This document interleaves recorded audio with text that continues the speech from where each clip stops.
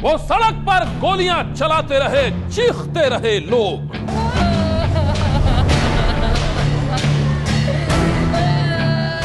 वो घर में घुसकर गोलियां दागते रहे, निशाना बनते रहे लोग।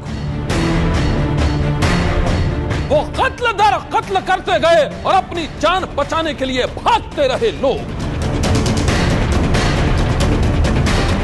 तो सिर्फ इन्होंने दिन दहाड़े किया कत्लेआम और उनके खूनी खेल से पूरी दिल्ली में फैल गई सनसनी।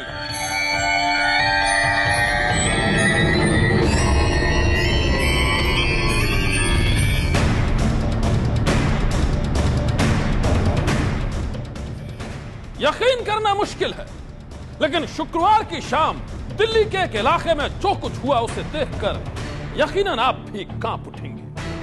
दास्तान दो ऐसे शख्स की है जिनके दिल में नफरत और बदले की चिंगारी भड़क रही है। दोनों के सिर पर सवार था खून और फिर दोनों के खूनी खेल से सारे शहर में मच गया हड़कंप।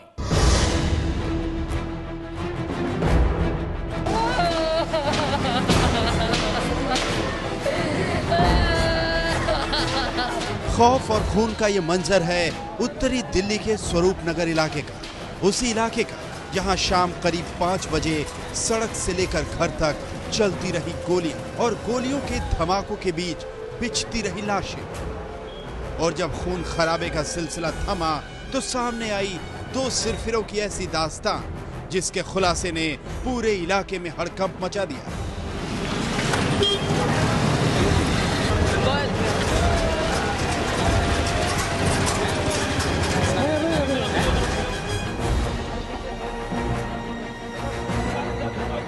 दिल्ली की सड़कों पर रोंगटे खड़े कर देने वाले इस खूनी खेल की वजह क्या है? इससे पहले हम आपको दिखाते हैं इस खूनी खेल की वो कहानी जिसके किरदार हैं दो शख्स। नाम है राजवीर और मनीष। पुलिस के मुताबिक राजवीर और मनीष दोनों दोस्त थे। दोनों ने सबसे पहले सड़क पर जा रही ज्योति और उषा नाम की दो लड़कियों को गोली मार दी। वारदात के वक्त ज्योति बच्चों को पढ़ाकर उषा के साथ अपने घर लौट रही थी। दोनों की मौके पर ही मौत हो गई। दो कत्ल के बाद मनीष और राजवीर एक घर में घुसे और वहां किशन शर्मा नाम के एक शख्स को गोलियों से भून दिया। किशन शर्मा राजवीर का बड़ा भाई बताया जा रहा है। खूनी खेल का सिलसिला यही नहीं थमा। इसके फौरन बाद राजवीर अपने ही घर में जा घुसा और उसने अपनी पत्नी पूजा को गोली मारी। यही नहीं, राजवीर ने अपनी दो बेटियों 12 साल की खुशी और करीब 2.5 साल की बच्ची राशि पर गोलियां चलाई और इसके बाद राजवीर और मनीष ने खुद को भी गोली मार ली। इस तरह करीब 20 मिनट के अंदर एक के बाद एक 4 लोगों की मौत हो गई और 4 गोलियों से जख्मी हो गए। इंक्वायरी में ये पता चला है 2 लड़के हैं, एक मनीष एक राजवीर, ये दोनों मोटरबाइकिंग में आए हैं और 2 लड़की को मारा है। इसके अलावा उनका भाई, राजवीर का भाई, उनका घर गया, वहां उनको मारा है। इसके बाद आए, राजवीर ने अपना घर में आया, ये दोनों, तो उनका बीवी और बच्चे, इनको भी मारा है, गोली मारा है। इसके बाद ये दोनों अपने आप भी गोली मार दिए। अभी 4 लोग मर गए, बाकी 3 इंजर्ड है। एक मनीष है, वो भी क्रिटिकली इंजर्ड है। मेरे को पता नहीं साहब क्या हुआ है। कुछ पता तो चला होगा ना कैसे कि मतलब मैं अभी तक कुछ नहीं। आपको किस तरीके की इत्तला दिया गया कि आपकी सिस्टर की लग गई है, जो मतलब घायल गोली लगी गई है? मैं तो जिस टाइम देखा ना सबको लगी हुई, दरवाजा तोड़ के निकाले। पुलिस के मुताबिक स्वरूप नगर में राजवीर और मनीष ने अपने खूनी खेल को 4 से 500 मीटर के दायरे में ही अंजाम दिया। 4 मृतकों के नाम हैं ज्योति, उषा, खुशी और राजवीर। गोली से घायल हुए 4 लोग हैं किशन शर्मा, पूजा, राशि और मनीष। पूरे वारदात में 8 लोग ऐसे हैं जिन्हें गोलियां लगी हैं और पुलिस की माने तो जिनमें से 4 लोगों की मौत हो चुकी है, लेकिन बाकी के 4 लोग जो हैं वो गंभीर हालत में भर्ती हैं। सबसे पहले स्वरूप नगर इलाके के नजदीक बाबू जगजीवन राम अस्पताल में उन 4 को लेकर के जाया गया, लेकिन हालत नाजुक होने की वजह से उन्हें दिल्ली के LNJP अस्पताल रेफर कर दिया गया है। पुलिस के मुताबिक राजवीर और मनीष दोनों दोस्त थे और दोनों ने मिलकर ही इस खौफनाक खूनी खेल को दिया अंजाम। सवाल है कि आखिर ऐसी कौन सी सनक उनके सिर पर सवार थी कि उन्होंने 4 बेकसूरों को उतार दिया मौत के घाट। आखिर राजवीर ने क्यों अपने भाई, पत्नी और बेटियों पर चलाई गोलियां? क्यों राजवीर ने अपने दोस्त मनीष के साथ मिलकर ज्योति और उषा नाम की 2 लड़कियों को बीच सड़क पर गोलियों से भून दिया? राजवीर और मनीष की गोलियों से घायल हुए सभी लोगों को दिल्ली के LNJP अस्पताल में भर्ती कराया गया है। राजवीर के भाई किशन शर्मा, उसकी पत्नी पूजा, उसकी 2.5 साल की बेटी अस्पताल में जिंदगी और मौत के बीच झूल रहे हैं, जबकि इस खून खराबे का आरोपी मनीष भी खुद को गोली मारकर अस्पताल में पड़ा है।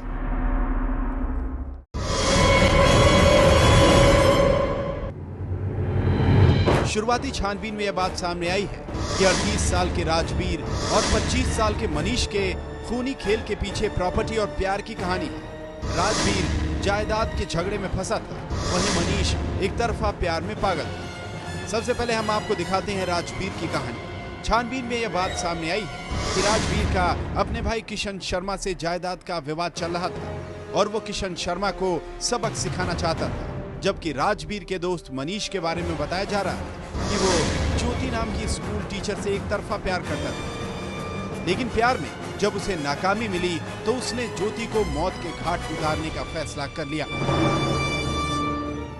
भैया पता नहीं, हमें तब पता लग गया है। स्कूल से आई, कहाँ जा रही थी? कहाँ बच्चे पढ़ाने जाया करते प्राइवेट स्कूल में। अच्छा, ट्यूशन जा रही थी पढ़ाने के लिए? आई थी स्कूल से पढ़ा कर।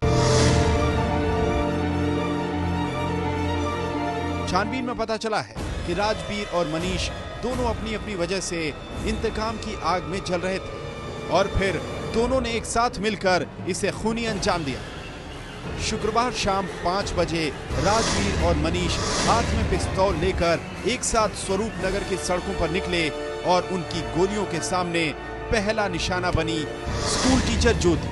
ज्योति के साथ उषा नाम की लड़की भी थी, लेकिन वो भी गोलियों से बच नहीं पाई। दोनों की मौके पर ही मौत हो गई।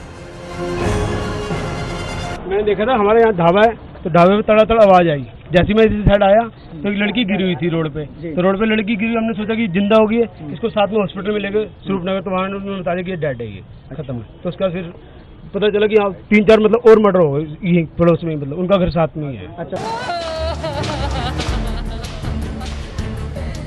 ज्योति और उषा के कत्ल के बाद राजवीर सीधे अपने भाई किशन शर्मा के घर जा गुजरा। उसने किशन शर्मा को गोली मार दी। इसके बाद राजवीर ने अपनी पत्नी पूजा और 2 बेटियों खुशी और राशि पर गोली चलाई। सवाल है कि राजवीर को अगर अपने भाई किशन शर्मा से बदला लेना था तो उसने अपनी पत्नी और 2 मासूम बेटियों को क्यों मारा और राजवीर ने खुद को गोली क्यों मार दी? शुरुआती छानबीन में आशंका जताई जा रही है कि राजवीर को शायद अपनी पत्नी और बेटियों की जिंदगी की फिक्र थी, इसलिए उसने खुद को भी गोली मारने से पहले अपनी पत्नी और बेटियों को भी मौत देना बेहतर समझा।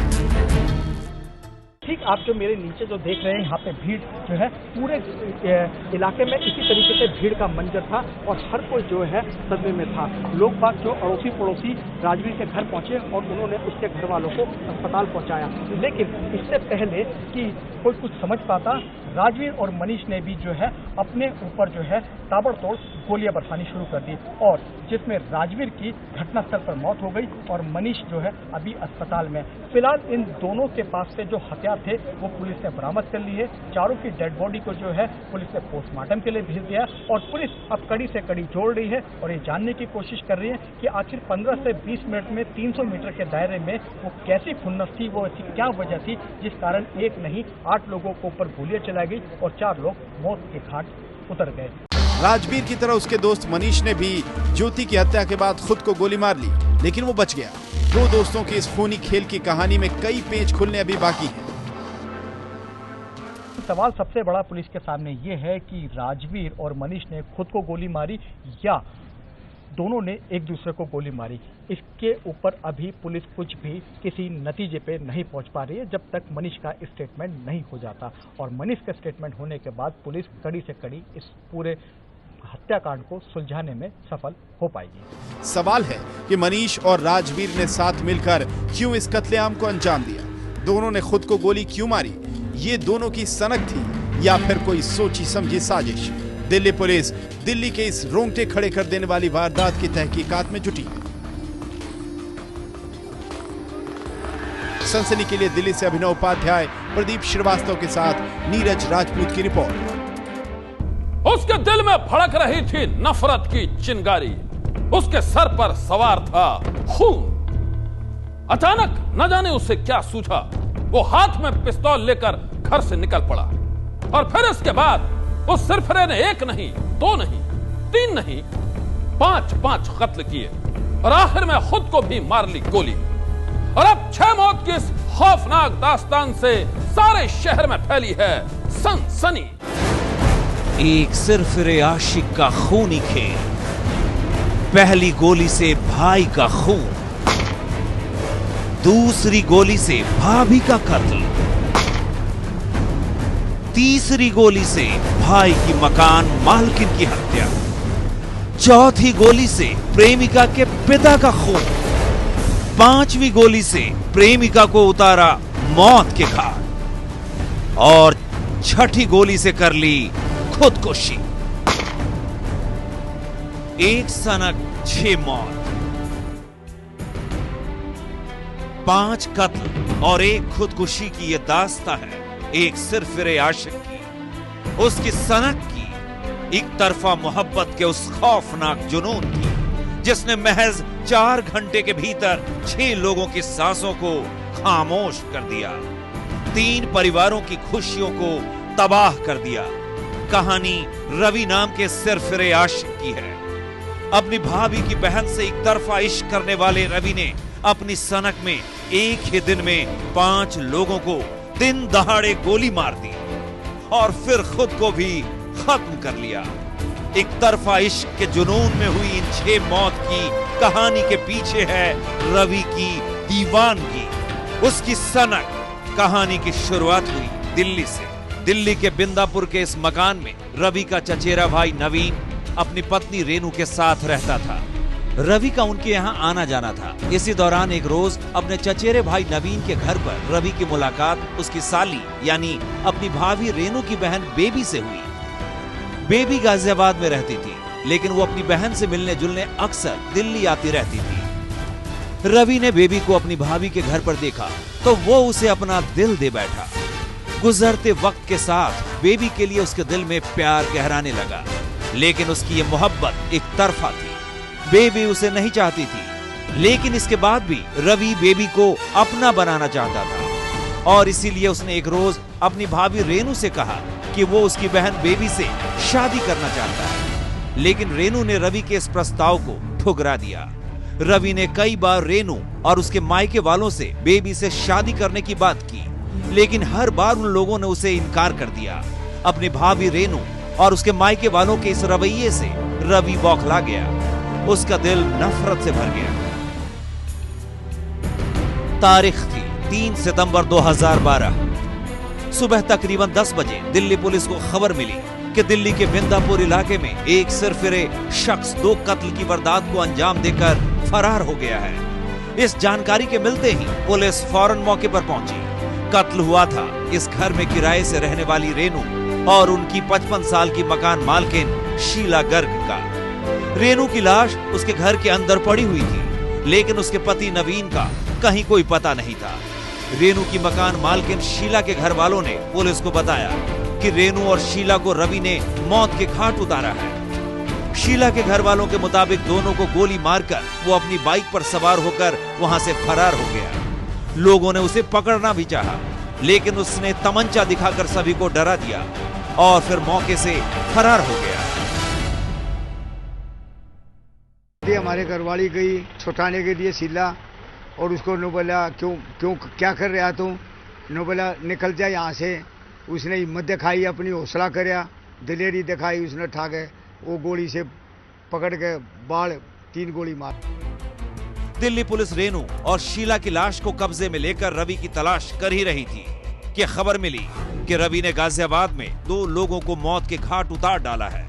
गाजियाबाद में रवि की गोली का शिकार बने उन 2 लोगों में रवि की भाभी रेनू के पिता हरिंदर और उसकी बहन बेबी शामिल थे। रवि बेबी से एक तरफा इश्क करता था, वो उससे शादी करना चाहता था, लेकिन रेनू और उसके घर वाले बेबी के साथ उसकी शादी नहीं करना चाहते थे। इसी बात से रवि बेहद खफा था और इसीलिए उसने दिल्ली में रेनू को मौत के घाट उतारने के बाद गाजियाबाद के मोदी नगर में उसकी बहन बेबी और उसके पिता हरिंदर को भी मार डाला। लेकिन इससे पहले कि वो बेबी और हरिंदर को मौत के घाट उतारने के बाद वहां से भाग पाता, इलाके के लोगों ने उसे घेर लिया। लोगों की भीड़ के गुस्से से बचने के लिए वो एक कमरे में घुस गया और फिर उसने वहां खुद को गोली मारकर खुदकुशी कर ली। गांव वालों ने जब उनको घेर लिया, सूचना पुलिस को आई, तो पुलिस द्वारा जब जाके दरवाजा तोड़ के अंदर देखा गया तो उसने खुद को स्वतः को गोली मार ली थी। उसके हाथ में एक पिस्टल और एक तमंचा भी बरामद हुआ। रवि की खुदकुशी के बाद गाजियाबाद और दिल्ली पुलिस की जांच उसकी सनक के इर्द गिर्द ही घूमने लगी। पुलिस को लगने लगा कि बेबी से शादी न होने की वजह से रवि बौखला गया और इसी बौखलाहट में उसने पहले दिल्ली के बिंदापुर इलाके में अपनी भाभी रेनू का कत्ल किया। इसी दौरान बीच बचाव करने पहुंची उसकी मकान मालकिन शीला को मौत के घाट उतार डाला। फिर गाजियाबाद आकर उसने बेबी और उसके पिता हरिंदर को भी गोलियों से भून दिया और फिर खुद को गोली मारकर खुदकुशी कर ली। लेकिन रात होते होते दिल्ली पुलिस को जो खबर मिली उसने उसके होश उड़ा दिए।